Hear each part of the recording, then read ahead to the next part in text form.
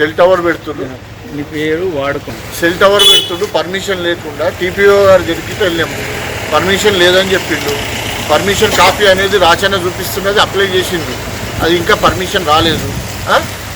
Police స్టేషన్లో చెప్పినాము, TPO గారు చెప్పినాము, టీపీఓ గారు గిట్ట తోలిచ్చారు. దయచేసి రాచన్న దీనికి సహకరించి 14వ వార్డు ప్రజలకు సహకరించి దీన్ని తీసేస్తే బాగుంటుంది.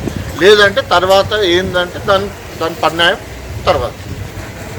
ప్రజల గురించి మంచి మాటలు చెప్తారు. ఇటువంటి వాళ్ళే ఇటువంటి పనులు చేస్తే ఎవరికి చెప్పుకోవాలి? వీళ్ళు ఎప్పుడు సదాశివపేట గ్రూప్లో ఎప్పుడు చూడు యాక్టివ్గా ఉంటారు, మంచి పనులు చేస్తారు. ఈ మంచి పనులు చేసే వ్యక్తులు ఇటువంటి పనులు చేస్తే ఎట్లా? సరేనా? ప్రదీప్ జైన్, ఇప్పుడు ఏదైతే టవరు ఎరెక్షన్ చేస్తారో ఆ టవర్ ఇంటి పక్కకి మా ఇల్లు ఆనుకొని ఉంది.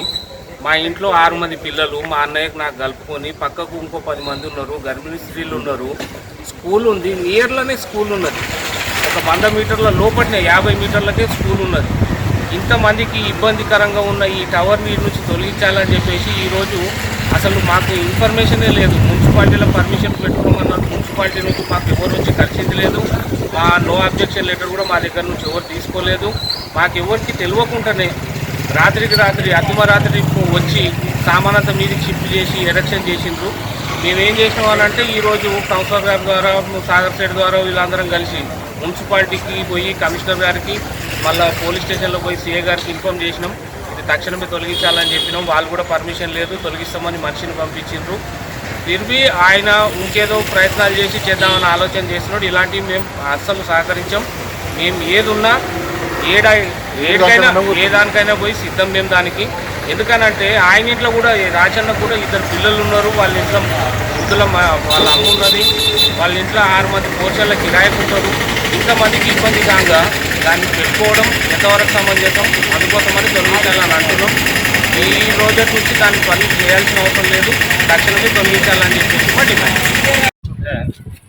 నా పేరు ప్రదీప్ జైన్. ఇప్పుడు ఏదైతే టవరు ఎరెక్షన్ చేస్తారో ఆ టవర్ ఇంటి పక్కకే మా ఇల్లు ఆనుకొని ఉంది. మా ఇంట్లో 6 మంది పిల్లలు, మా అన్నయ్యకు నాకు కలుపుకొని, పక్కకు ఇంకో 10 మంది ఉన్నారు, గర్భిణీ స్త్రీలు, స్కూల్ నియర్లోనే ఉన్నది. ఒక 100 మీటర్ల 50 మీటర్లకే ఉన్నది. ఇంతమందికి ఇబ్బందికరంగా ఉన్న ఈ నుంచి తొలగించాలని చెప్పేసి ఈరోజు నాకు ఇన్ఫర్మేషనే లేదు. మున్సిపాలిటీలో పర్మిషన్ మున్సిపాలిటీ నుంచి మాకు తెలియదు, మా అబ్జెక్షన్ లెటర్ కూడా దాని నుంచి ఎవరు తీసుకోలేదు. మాకు ఎవరు తెలియకుండా రాత్రికి రాత్రి అర్ధమరాత్రి వచ్చి సమానంతా మీదకి షిఫ్ట్ చేసి ఏం చేయాలంటే ఈ కౌన్సిలర్ వీళ్ళు కలిసి మున్సిపాలిటీ పోయి కమిషనర్ గారు మళ్ళీ స్టేషన్లో ఇన్ఫార్మ్ చేసి తొలగించాలని వాళ్ళు కూడా పర్మిషన్ తొలగిస్తామని మనిషిని పంపించిండ్రు. తిరిగి ఆయన ఏదో ప్రయత్నాలు చేసి చేద్దామని ఆలోచన చేస్తున్నాడు. ఇలాంటివి మేము సహకరించి మేము ఏదున్నా ఏదైనా పోయి సిద్ధం మేము. ఎందుకనంటే ఇంట్లో రాజకీయ ఇంట్లో వాళ్ళ ఇంటి మధ్యలోకి దానికోవడం ఎంతవరకు చేద్దాం, అందుకోసమని చాలా అంటున్నాం. ఈ గురించి పర్యాటం తక్కువ